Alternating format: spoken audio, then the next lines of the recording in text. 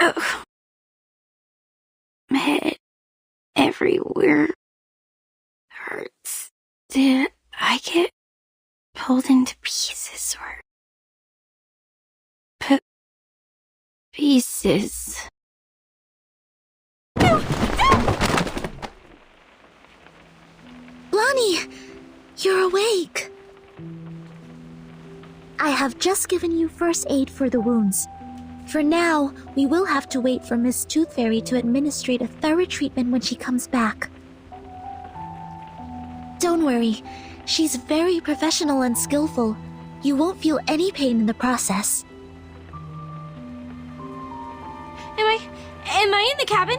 Then I'm not dead. Good, I'm not dead. You are safe. The critter is gone. Don't worry. Follow me. Take a deep breath. Hold my hand. Another deep breath.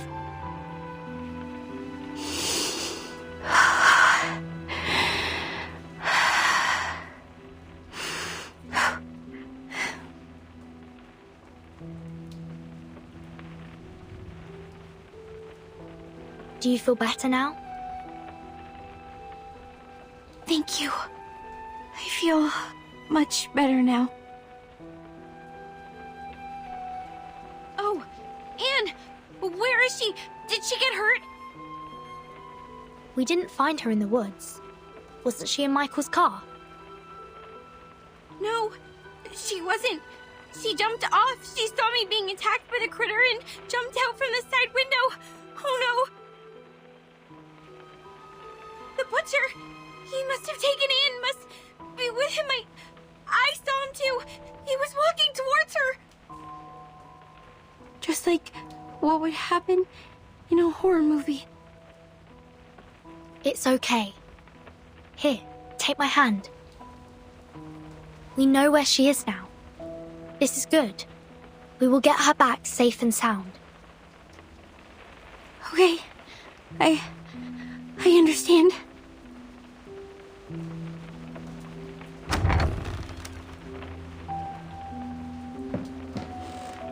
Miss Tooth Fairy, you're back. Where is Michael? They have gone.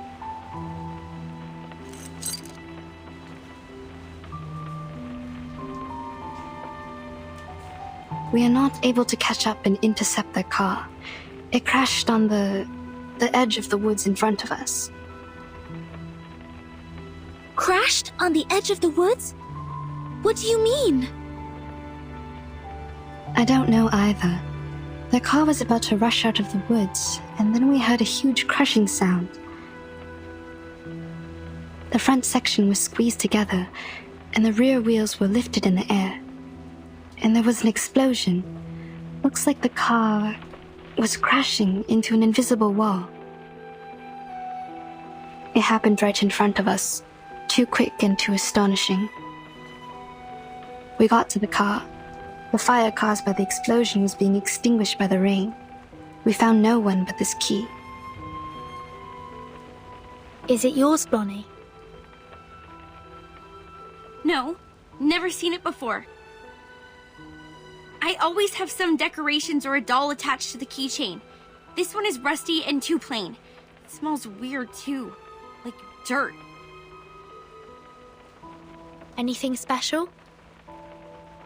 No, neither mark nor labels. We didn't find anything to match it in the car. First the lone wolf, then the people who failed to escape. Things are getting too complicated, but there's one thing that I am certain of. We are now caught in a dangerously and classically plotted horror movie.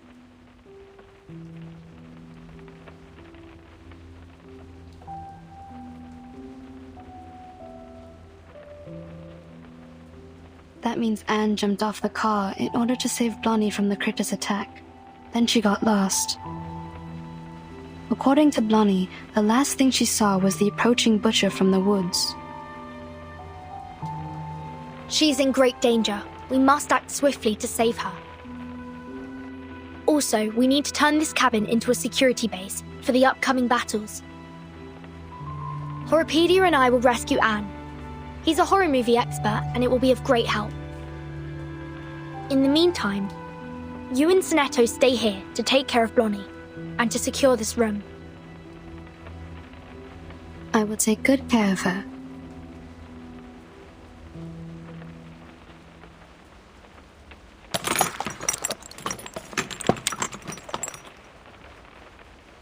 Ow! This hurts! Please bear with me for a minute. The wounds caused by critters are prone to tetanus. I need to thoroughly sterilize them. How about some painkillers? Give me some! I'm very sorry. I don't have any with me. Didn't you say her treatment wouldn't be painful? I'm terribly sorry for what you're going through, but this is not the typical kind of treatment that we used to receive from her. How did she do it then? She would...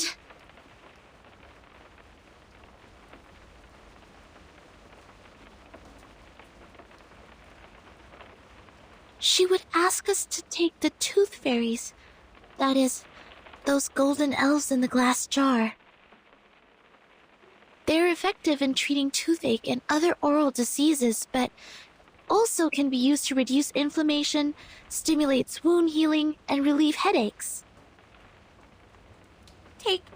You mean to eat this? Yes. And it actually tastes pretty nice, like mint and flavored dried plum. It just looks a bit unconventional. You would go as far as to eat this Please, stretch your legs. I need to sterilize the inner thighs. Ow! Okay, fine. I will take that. Bring me the little elflings. Sorry, Blonnie. You can't eat tooth fairies as a treatment. Why can't I? Of course I can. I will just put it in my mouth and swallow with my eyes closed. This is not about you.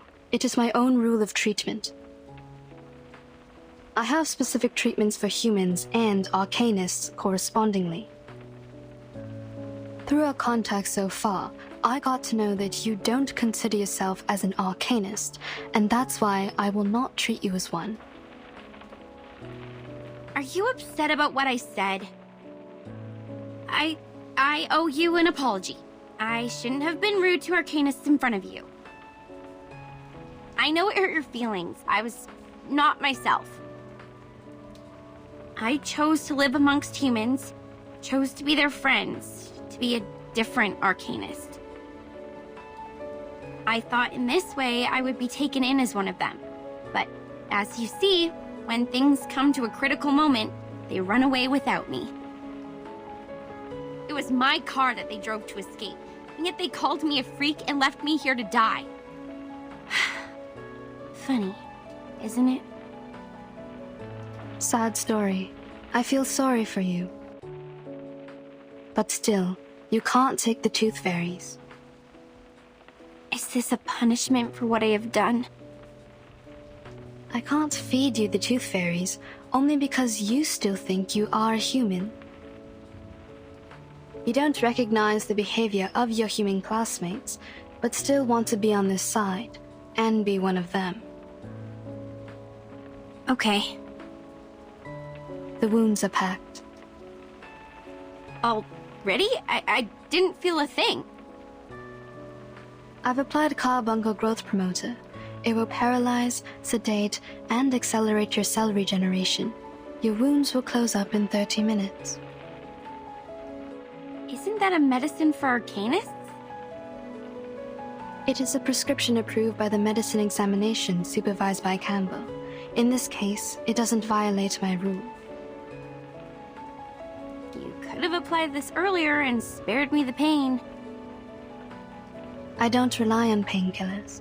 I am an excellent doctor. Minimizing patients' pain is of course my forte. When kids can't suppress their pain, I normally sing for them to ease their pain. You didn't sing for me. Was it because you didn't want to? Maybe. I confess, what you did and said at first was really annoying. Arcanists and humans always act as if they were of one merged entity, but we all know how lines have been drawn between their own people and the others. You grew up among humans, and you learned to look away from the truth as they did. Oh, but you do react better to the medicine for arcanists. Your blood is bringing you a good outcome. Look. In another half an hour, your wounds will be fully recovered. By then, you will be able to jump and run freely, as if you were never hurt. However you feel about your ancestry, it is helping you out. My wounds. A good outcome.